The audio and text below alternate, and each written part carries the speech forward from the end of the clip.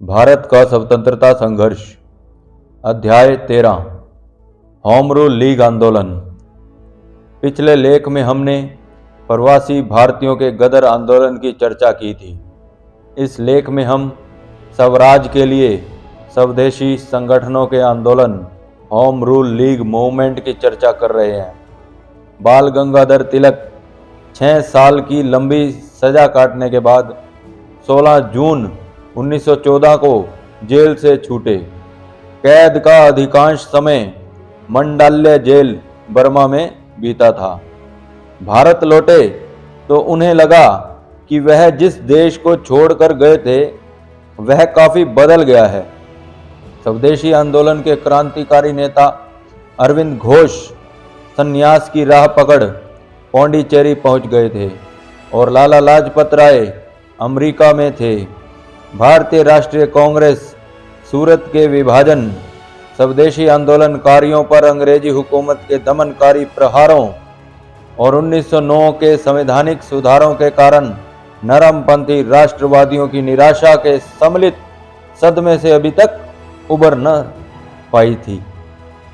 तिलक ने सोचा कि सबसे पहले तो कांग्रेस में फिर से शामिल हुआ जाए और बाकी गर्मपंथियों को भी इसमें घुसाया जाए। तिलक को यह विश्वास हो चला था कि भारतीय राष्ट्रीय कांग्रेस भारतीय राष्ट्रीय आंदोलन का पर्याय बन चुकी है और बिना इसकी इजाजत कोई भी राजनीतिक आंदोलन सफल नहीं हो सकता।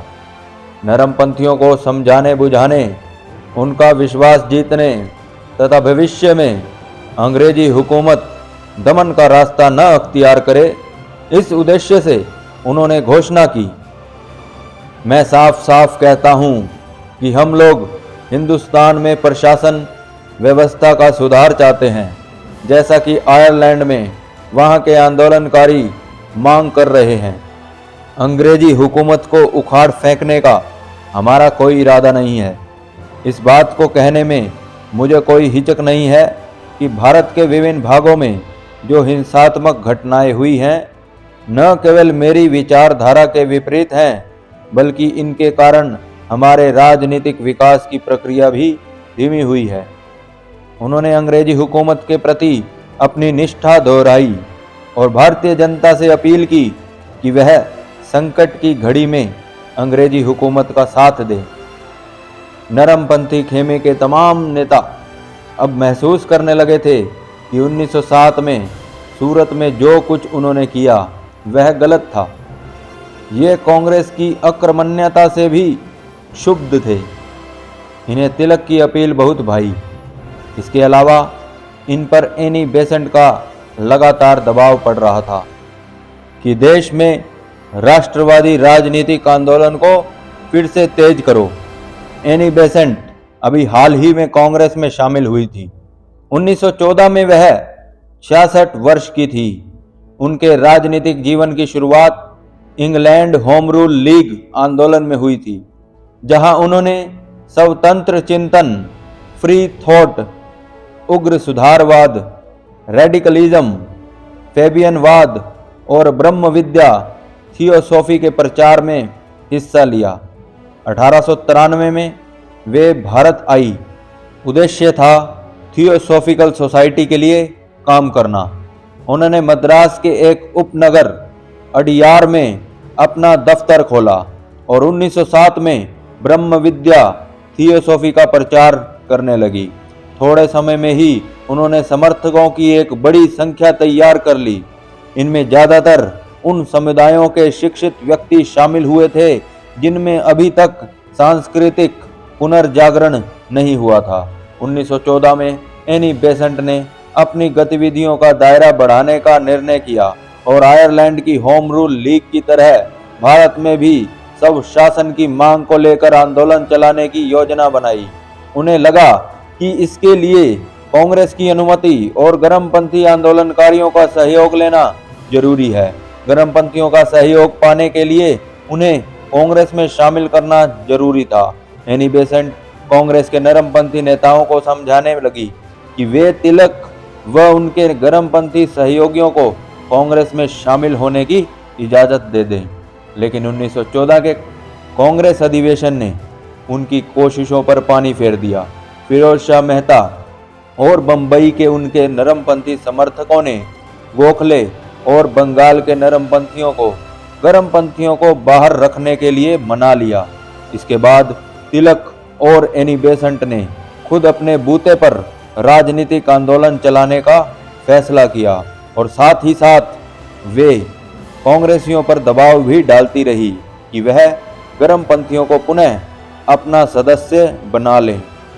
1915 के शुरू में एनी बेसेंट ने 2 अखबारों न्यू इंडिया और कॉमनवेल्थ के माध्यम से आंदोलन छेड़ दिया।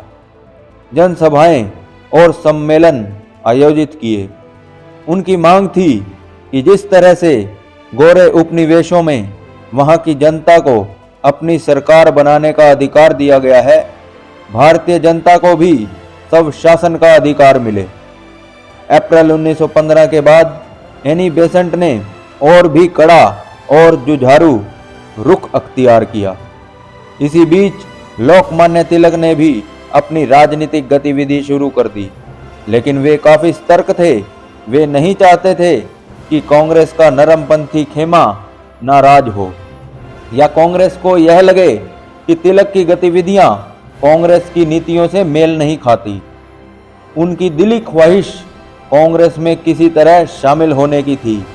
तिलक ने 1915 में पूना में अपने समर्थकों का एक सम्मेलन बुलाया, जिसमें यह फैसला किया गया कि ग्रामीण जनता को कांग्रेस के उद्देश्यों और उसकी गतिविधियों से परिचित कराने के लिए एक संस्थान का गठन किया जाए। इस फैसले के बाद उसी वर्ष अगस्त और सितंबर में महाराष्ट्र के विभिन्न नगरों में जो स्थानीय संगठन बने, वे राजनीतिक गतिविधि को तेज करने की बजाय सारी ऊर्जा कांग्रेस में एकता स्थापित करने पर खर्च करते रहे। वे बराबर जोर देते रहे कि किसी भी राष्ट्रीय आंदोलन के लिए कांग्रेस में एकता बहुत जरूरी है। नरमपंथी कांग्रेस के कुछ रूढ़िवादियों पर दबाव डालने के लिए तिलक ने कभी कभी धमकी का भी सहारा लिया, पर उन्हें विश्वास नहीं था कि अधिकतर नरमपंथी नेताओं को वह समझा बुझाकर मना लेंगे। फिर है गर्मपंथियों की सफलता। दिसंबर 1915 में कांग्रेस का वार्षिक अधिवेशन हुआ और तिलक तथा एनी बेसेंट के प्रयासों को सफलता मिली। गर्मपंथियों को कांग्रेस में वापस लेने का फैसला किया गया। फिरोज शाह मेहता के निधन के कारण बंबई के नरमपंथियों का विरोध बेअसर साबित हुआ। गोखले का भी निधन हो चुका था। गर्मपंथियों को कांग्रेस में वापस लाने में तो एनी बेसेंट सफल रही, पर होम रूल लीग के गठन के अपने प्रस्ताव पर वह कांग्रेस और मुस्लिम लीग की मंजूरी नहीं ले सकी। लेकिन स्थानीय स्तर पर कांग्रेस समितियों को पुनर्जीवित करने के लिए प्रचार कार्यों के उनके प्रस्ताव को कांग्रेस ने मान लिया। लेकिन उन्हें उस समय की कांग्रेस का चरित्र और उसकी ताकत का पता था। वे जानती थी कि कांग्रेस ने इन कार्यक्रमों को मंजूरी तो दे दी है, लेकिन वह इस पर अमल नहीं करेगी। इसलिए उन्होंने अपने प्रस्ताव के साथ यह शर्त भी रखी थी कि यदि सितंबर 1916 तक कांग्रेस इन कार्यक्रमों पर अमल नहीं करेगी तो वह खुद अपना संगठन लीग बना लेंगी। तिलक को कांग्रेस में वापस आने का अधिकार मिल गया था और उन्होंने कांग्रेस से किसी तरह का कोई वादा भी नहीं किया था। इसलिए उन्होंने अप्रैल 1916 में बेलगांव में हुए प्रांतीय सम्मेलन में होम रूल लीग के गठन की घोषणा कर दी। एनी बेसेंट के समर्थक भी अब कसमसाने लगे। वे सितंबर तक इंतजार करने को तैयार नहीं थे। उन्होंने एनी बेसेंट पर दबाव डालकर होम रूल लीग की स्थापना की अनुमति ले ली। जमुना दास द्वारकादास, शंकरलाल बैंकर और इंदुलाल याग्निक ने बंबई से एक अखबार यंग इंडिया का प्रकाशन शुरू किया और अंग्रेजी तथा क्षेत्रीय भाषाओं में पर्चे निकालने के लिए देश के कोने कोने से चंदा इकट्ठा करने लगे। एनी बेसेंट ने सितंबर तक इंतजार किया। कांग्रेस पूरी तरह निष्क्रिय थी। उन्होंने भी होम लीग की स्थापना की घोषणा कर दी और अपने समर्थक जॉर्ज अरुणडेल को संगठन सचिव नियुक्त किया। तिलक और एनी बेसेंट ने अपनी अपनी लीग के लिए कार्यक्षेत्रों का बंटवारा भी कर दिया, जिससे कहीं कोई गड़बड़ी न हो। तिलक की लीग के जिम्मे आया कर्नाटका, महाराष्ट्र, बंबई छोड़कर मध्य प्रांत और बेरार। देश के बाकी हिस्से एनी बेसेंट की लीग के जिम्मे आए। इन दोनों ने अपना विलय नहीं किया। कारण बकौल एनी बेसेंट, उनके यानी तिलक के कुछ समर्थक मुझे पसंद नहीं करते थे और मेरे कुछ समर्थक उन्हें नापसंद करते थे, लेकिन मेरे और उनके बीच किसी तरह का कोई झगड़ा नहीं था। तिलक ने महाराष्ट्र का दौरा किया, होम रूल आंदोलन का खूब प्रचार किया, जनता को समझाया कि इसकी जरूरत क्यों है, इसके उद्देश्य क्या हैं। उन्हीं के शब्दों में, भारत उस बेटे की तरह है जो अब जवान हो चुका है। समय का तकाजा है कि बाप या पालक इस बेटे को उसका वाजिब हक दे दे। भारतीय जनता को अब अपना हक लेना ही होगा, उन्हें इसका पूरा अधिकार है। तिलक ने क्षेत्रीय भाषा में शिक्षा और भाषाई राज्यों की मांग को स्वराज की मांग से जोड़ दिया। उन्होंने कहा, मराठी, तेलुगु, कन्नड़ व अन्य भाषाओं के आधार पर प्रांतों के गठन की मांग का अर्थ ही है कि शिक्षा का माध्यम क्षेत्रीय भाषा हो। क्या अंग्रेज अपने यहाँ लोगों को फ्रांसीसी में शिक्षा देते हैं? क्या जर्मन अपने लोगों को अंग्रेजी में शिक्षा देते हैं या तुर्क फ्रेंच में शिक्षा देते हैं? 1915 में बंबई के प्रांतीय सम्मेलन में तिलक ने गोखले के निधन पर शोक प्रस्ताव रखा। बीबी अलुर इसका समर्थन करने के लिए जैसे ही खड़े हुए, तिलक ने कहा, कन्नड़ भाषा का अधिकार जताने के लिए कन्नड़ में बोलिए। इससे पता चलता है कि तिलक में क्षेत्रीय या मराठी संकीर्णता नहीं थी। गैर ब्राह्मणों के प्रतिनिधित्व और छुआछूत के मामले में तिलक जातिवादी नहीं थे। महाराष्ट्र के गैर ब्राह्मणों ने एक बार जब सरकार को अलग से ज्ञापन भेजा और कहा कि उन्नत वर्गों की मांगों से उनका कोई संबंध नहीं है, तो कई लोगों ने इसका विरोध किया। लेकिन तिलक ने इन विरोध करने वालों को समझाया, आप लोग धैर्य से काम लीजिए। यदि हम उन्हें यह समझा सकें कि हम उनके साथ हैं और उनकी मांगों और हमारी मांगों में कोई फर्क नहीं है, तो मुझे पक्का विश्वास है कि असमानता मिटाने के लिए छिड़ा उनका आंदोलन हमारे संघर्ष से जुड़ जाएगा। उन्होंने गैर ब्राह्मणों को समझाया कि झगड़ा ब्राह्मणों और गैर ब्राह्मणों का नहीं है, भेद शिक्षित और अशिक्षित के बीच है। ब्राह्मण गैर ब्राह्मणों की तुलना में ज़्यादा शिक्षित हैं, इसलिए गैर ब्राह्मणों की वकालत करने वाली सरकार भी मजबूर होकर सरकारी नौकरियों में ब्राह्मणों को ही भर्ती करती है। सरकार ब्राह्मणों के प्रति अपने निरंकुश रवैये के बावजूद उन्हें प्रशासन में जगह दे रही है, क्योंकि वह मानती है कि पढ़े लिखे लोग ही प्रशासन चला सकते हैं। छुआछूत उन्मूलन के लिए आयोजित एक सम्मेलन में तिलक ने कहा था, यदि भगवान भी छुआछूत को बर्दाश्त करें तो मैं भगवान को नहीं मानूंगा। तिलक के उस समय दिए गए भाषणों में कहीं से भी धार्मिक अपील नहीं झलकती। होम रूल की मांग पूरी तरह धर्मनिरपेक्षता पर आधारित थी। तिलक का कहना था कि अंग्रेजों से विरोध का कारण यह नहीं है कि वे किसी दूसरे धर्म के अनुयायी हैं। उनका विरोध तो हम इसलिए करते हैं क्योंकि वे भारतीय जनता के हित में कोई काम नहीं कर रहे हैं। तिलक के शब्दों में, अंग्रेज हो या मुसलमान, यदि वह इस देश की जनता के हित के लिए काम करता है तो वह हमारे लिए पराया नहीं है। इस परायेपन का धर्म या व्यवसाय से कोई रिश्ता नहीं है, यह सीधे सीधे हितों से जुड़ा प्रश्न है। तिलक ने 6 मराठी और 2 अंग्रेजी पर्चे निकालकर अपने प्रचार कार्य को और तेज कर दिया। इन पर्चों की 47,000 प्रतियां बेची गई। बाद में इन पर्चों को गुजराती और कन्नड़ भाषा में भी छापा गया। लीग की 6 शाखाएं बनाई गई। मध्य महाराष्ट्र, बंबई नगर, कर्नाटक और मध्य प्रांत में 1-1 तथा बेरार में 2।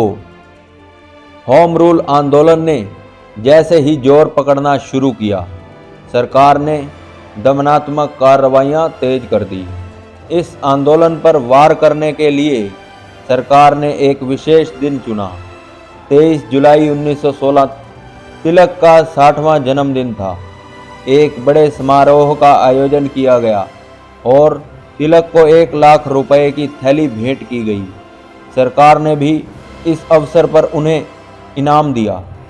उन्हें एक कारण बताओ नोटिस दिया गया, जिसमें लिखा था कि आपकी गतिविधियों के चलते आप पर प्रतिबंध क्यों न लगा दिया जाए।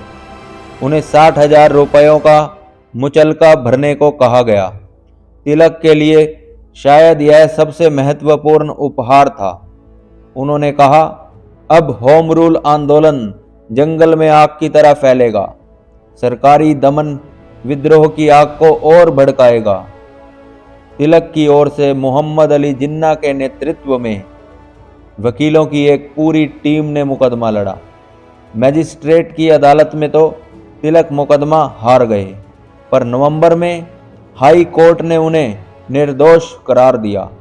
इस जीत की सभी ओर से सराहना हुई। गांधी के यंग इंडिया अखबार ने लिखा, यह अभिव्यक्ति की आज़ादी की बहुत बड़ी जीत है। होम रूल आंदोलन के लिए एक बहुत बड़ी सफलता है।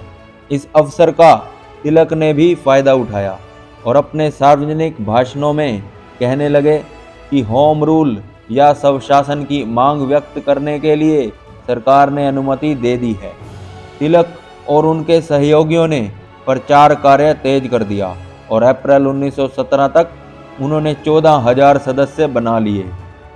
एनी बेसेंट की लीग ने भी सितंबर 1916 से काम शुरू कर दिया, पर उनका संगठन बहुत ढीला था। कोई भी 3 व्यक्ति मिलकर कहीं भी शाखा खोल सकते थे, जबकि तिलक की लीग का संगठन बहुत मजबूत था। सभी 6 शाखाओं के काम और कार्यक्षेत्र निर्धारित थे। एनी बेसेंट की लीग की 200 शाखाएं थीं। कुछ शाखाएं कस्बों और नगरों में थी, बाकी गांवों में। एक शाखा के तहत कुछ एक गांव आते थे। हालांकि कार्यकारी परिषद का चुनाव किया जाता था, लेकिन सारा काम एनी बेसेंट और उनके सहयोगी अरुण डेल, सीपी रामास्वामी अय्यर तथा बीपी वाडिया देखते थे। सदस्यों को निर्देश देने का कोई संगठित तरीका नहीं अपनाया गया। या तो व्यक्तिगत रूप से सदस्यों को निर्देश दे दिए जाते या फिर न्यू इंडिया में अरुण डेल के लेखों को पढ़कर लोग जानते कि उन्हें क्या करना है। एनी बेसेंट की लीग तिलक की लीग की तुलना में सदस्य बनाने में भी पीछे रही। मार्च 1917 तक उनकी लीग के सदस्यों की संख्या केवल 7,000 थी। जवाहरलाल नेहरू इलाहाबाद से, बी चक्रवर्ती और जे बनर्जी कलकत्ता से इसमें शामिल हो गए। फिलहाल शाखाओं की गिनती से लीग की ताकत का अनुमान कठिन है, क्योंकि इनमें से कुछ तो काफ़ी सक्रिय थी और कुछ निष्क्रिय, क्योंकि वे ज़्यादातर थियोसॉफिकल सोसाइटी की गतिविधियों तक ही सीमित थी।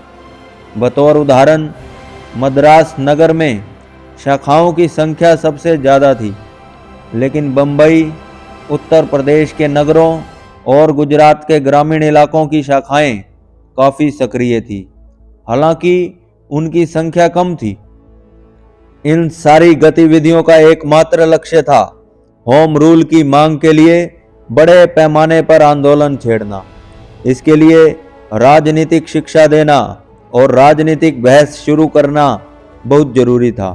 अरुण डेल ने न्यू इंडिया के माध्यम से अपने समर्थकों को राजनीतिक बहस छेड़ने, राष्ट्रीय राजनीति के बारे में जानकारी देने वाली पुस्तकालयों की स्थापना, छात्रों को राजनीतिक शिक्षा देने के लिए कक्षाओं का आयोजन, पर्चे बांटने, चंदा इकट्ठा करने, सामाजिक कार्य करने, राजनीतिक सभाओं के आयोजन, दोस्तों के बीच होम रूल के समर्थन में तर्क देने तथा उन्हें आंदोलनों में भागीदार बनाने के लिए कार्य करने को कहा।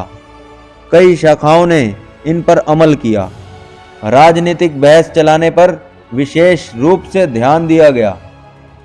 होम रूल का प्रचार कितना तेज हुआ, इसका अंदाज इसी तथ्य से लगा सकते हैं कि सितंबर 1916 तक एनी बेसेंट की लीग की स्थापना तक प्रचार फंड से छापे जाने वाले 3 लाख पर्चे बांटे जा चुके थे। यह प्रचार फंड कुछ समय पहले ही स्थापित किया गया था।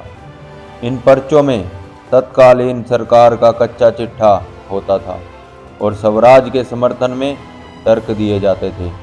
एनी बेसेंट की लीग की स्थापना के बाद इन पर्चों को फिर छापा गया। कई क्षेत्रीय भाषाओं में भी इनका प्रकाशन हुआ। साथ साथ जनसभाओं का आयोजन और भाषण का क्रम भी जारी रहा।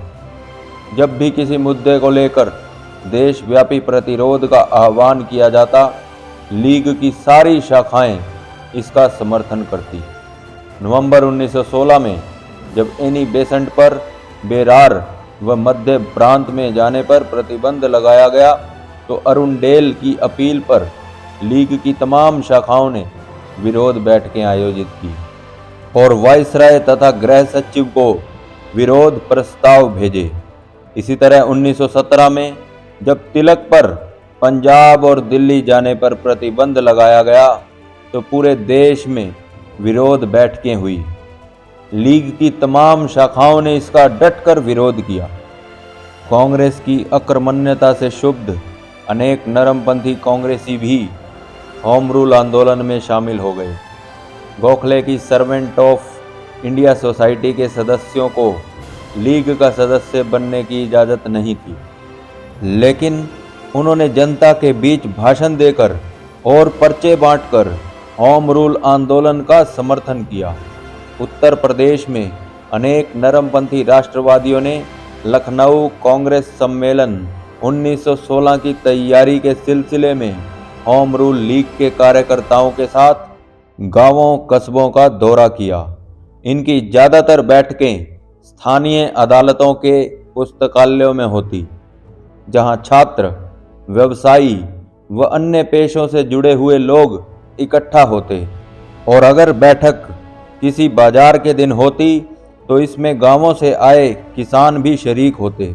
इन बैठकों में हिंदुस्तान की गरीबी और बेहाली का मुद्दा उठाया जाता, अतीत की समृद्धि की याद दिलाई जाती और यूरोप के स्वतंत्रता आंदोलनों पर प्रकाश डाला जाता, उससे प्रेरणा लेने की अपील की जाती। इन बैठकों में हिंदी भाषा का इस्तेमाल किया जाता था।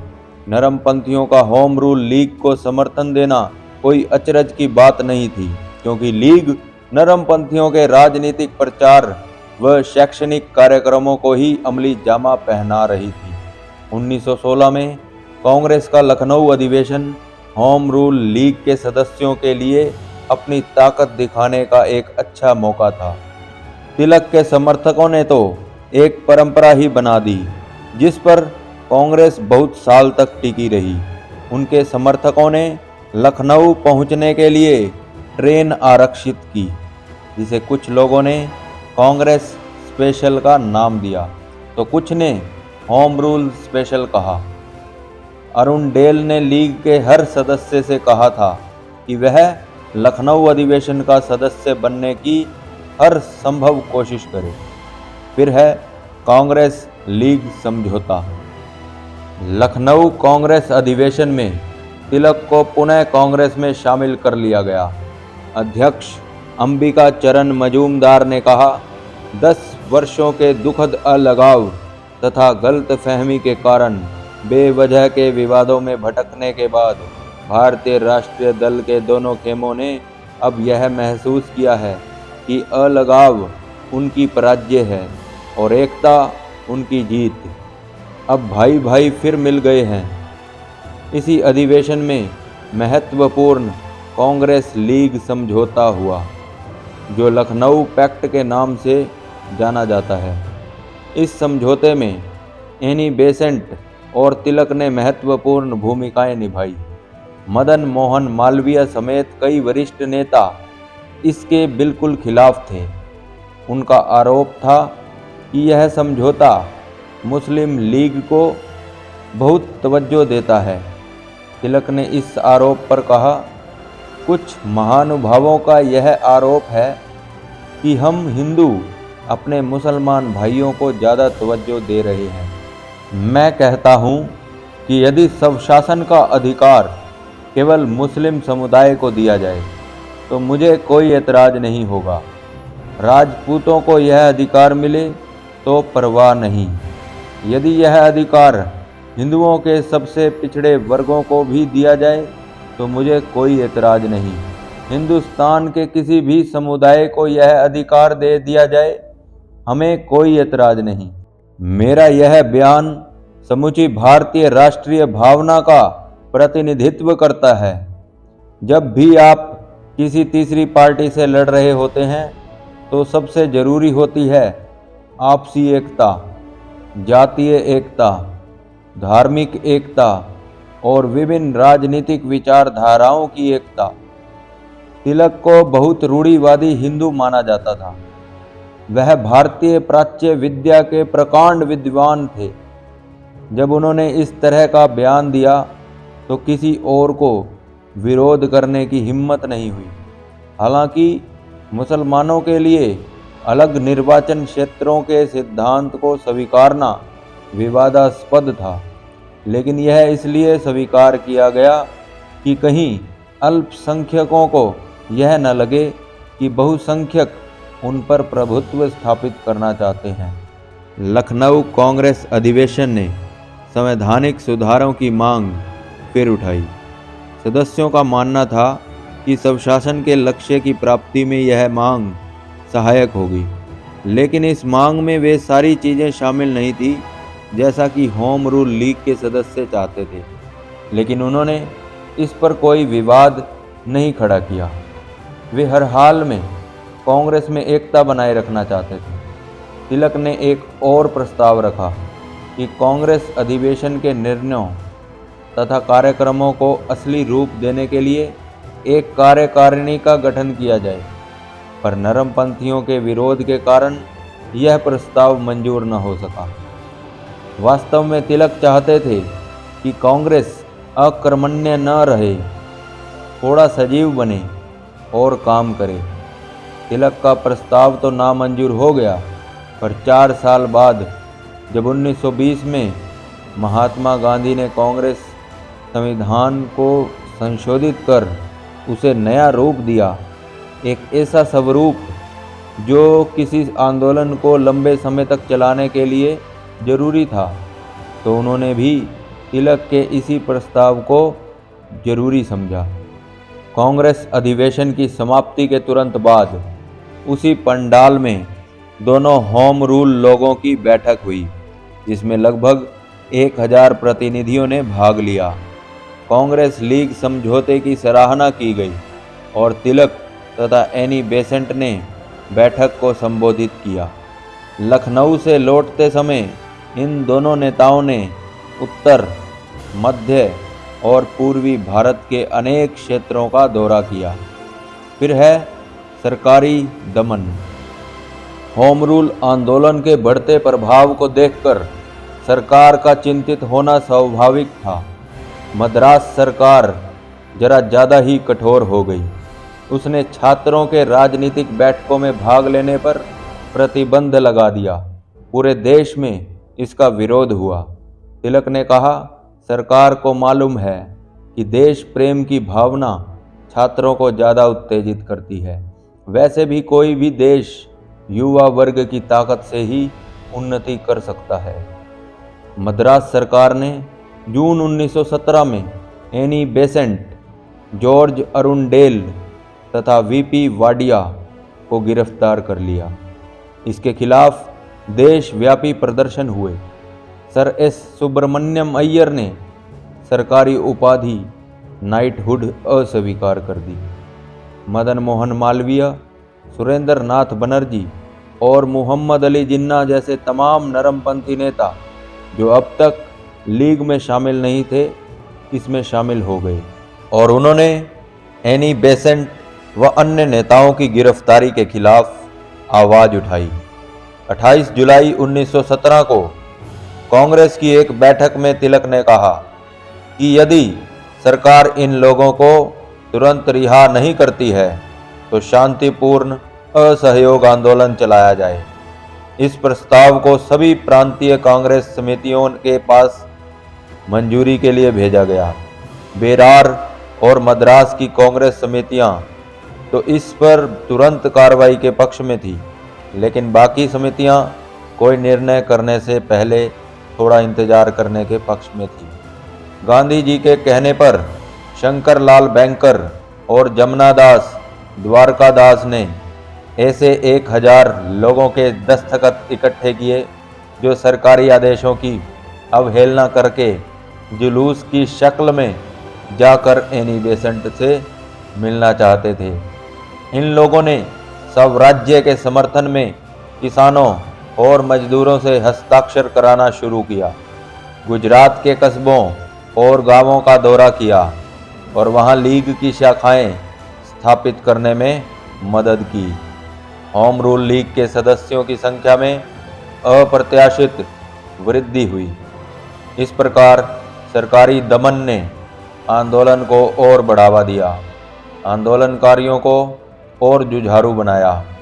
मॉन्टाग्यू ने अपनी डायरी में लिखा है, शिव ने अपनी पत्नी को 52 टुकड़ों में काटा। भारत सरकार ने जब एनी बेसेंट को गिरफ्तार किया तो उसके साथ ठीक ऐसा ही हुआ। इन घटनाओं के बाद इंग्लैंड की सरकार ने अपनी नीतियां बदली। अब उसका रुख समझौतावादी हो गया। नए गृह सचिव मॉन्टेग्यू ने हाउस ऑफ कॉमन्स में ऐतिहासिक घोषणा की। ब्रिटिश शासन की नीति है कि भारत के प्रशासन में भारतीय जनता को भागीदार बनाया जाए और स्वशासन के लिए विभिन्न संस्थाओं का क्रमिक विकास किया जाए, जिससे भारत में ब्रिटिश साम्राज्य से जुड़ी कोई उत्तरदायी सरकार स्थापित की जा सके। यह बयान मोर्ले के बयान से एकदम विपरीत था। 1909 में संवैधानिक सुधारों को पार्लियामेंट में रखते समय मोर्ले ने साफ साफ कहा कि इन सुधारों का उद्देश्य देश में स्वराज की स्थापना कतई नहीं है। मॉन्टेग्यू की घोषणा का सबसे बड़ा फायदा यह हुआ कि होम रूल या स्वराज की मांग को देशद्रोही नहीं कहा जा सकता था, लेकिन इसका अर्थ यह भी नहीं था कि ब्रिटिश हुकूमत स्वराज की मांग मानने ही जा रही थी। मॉन्टेग्यू की घोषणा में यह बात भी थी कि स्वशासन की स्थापना तभी होगी जब उसका उचित समय आएगा, और समय आया है या नहीं इसका फैसला अंग्रेजी हुकूमत करेगी। अंग्रेजी हुकूमत के लिए इतनी छूट काफ़ी थी।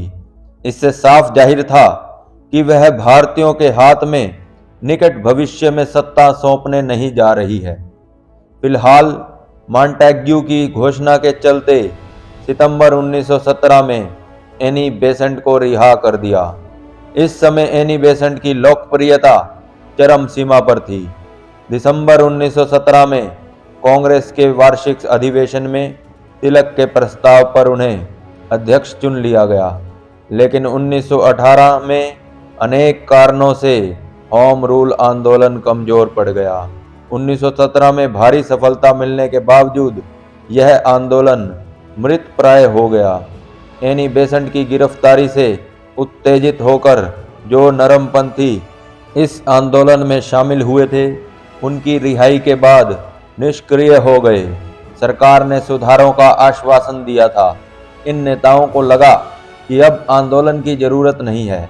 इसके अलावा कानून निषेध आंदोलन चलाने की चर्चा से भी वे नाराज थे। इसीलिए इन्होंने सितंबर 1918 के बाद से कांग्रेस की बैठकों में भाग लेना छोड़ दिया। 1918 में सुधार योजनाओं की घोषणा से राष्ट्रवादी खेमे में एक और दरार पड़ गई।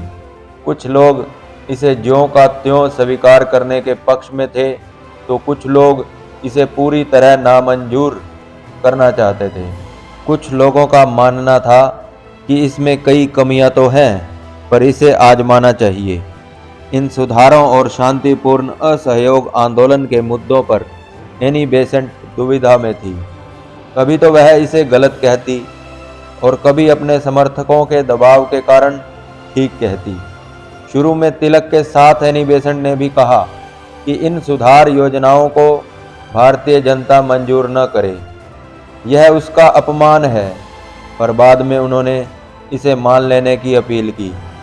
तिलक काफ़ी समय तक अपने निर्णय पर अडिग रहे, लेकिन एनी बेसेंट की ढुलमुल नीतियों और नरमपंथियों के रुख में बदलाव के कारण वह अकेले अपने बूते पर इन सुधारों का विरोध करते हुए आंदोलन की गाड़ी को आगे खींचने में असमर्थ हो गए और साल के अंत में इंग्लैंड चले गए। वहां उन्होंने इंडियन अनरेस्ट के लेखक चिराल पर मानहानि का मुकदमा दायर कर रखा था। इसी मुकदमे की पैरवी के चक्कर में वह कई महीने तक इंग्लैंड में पड़े रहे। एनी बेसेंट एक सशक्त नेतृत्व देने में असमर्थ थी और तिलक विदेश में थे। नतीजतन होम रूल आंदोलन नेतृत्व विहीन हो गया। होम रूल आंदोलन की सबसे बड़ी उपलब्धि यह रही कि इसने भावी राष्ट्रीय आंदोलन के लिए जुझारू योद्धा तैयार किए। महात्मा गांधी के नेतृत्व में यही जुझारू आंदोलनकारी आज़ादी की मशाल लेकर आगे बढ़े। होम रूल आंदोलन ने उत्तर प्रदेश, गुजरात, सिंध, मद्रास, मध्य प्रांत तथा बेरार जैसे अनेक नए क्षेत्रों को राष्ट्रीय आंदोलन में शामिल किया। 1919 में प्रथम विश्व युद्ध की समाप्ति के साथ हिंदुस्तान में आज़ादी की लड़ाई लड़ने के लिए एक नई पीढ़ी तैयार हो गई थी। इन्हें होम रूल आंदोलनकारियों ने तैयार किया था, पर वे इनकी रहनुमाई न कर सके। इस पीढ़ी को तलाश थी किसी रहनुमा की। मोहनदास करमचंद गांधी ने जब आज़ादी की लड़ाई की बागडोर संभाली, तो इन नौजवानों को एक ऐसा नेता मिला जो दक्षिण अफ्रीका में भारतीयों के संघर्ष का नेतृत्व कर चुका था और चंपारण, बिहार, अहमदाबाद और खेड़ा में किसानों और मजदूरों के हितों के लिए संघर्ष कर चुका था। 1919 में जब गांधी जी ने रोलेट एक्ट के खिलाफ सत्याग्रह की अपील की, तो वे सभी लोग इसमें शामिल हो गए, जिन्हें होम रूल आंदोलन ने राजनीतिक रूप से जागरूक बनाया था।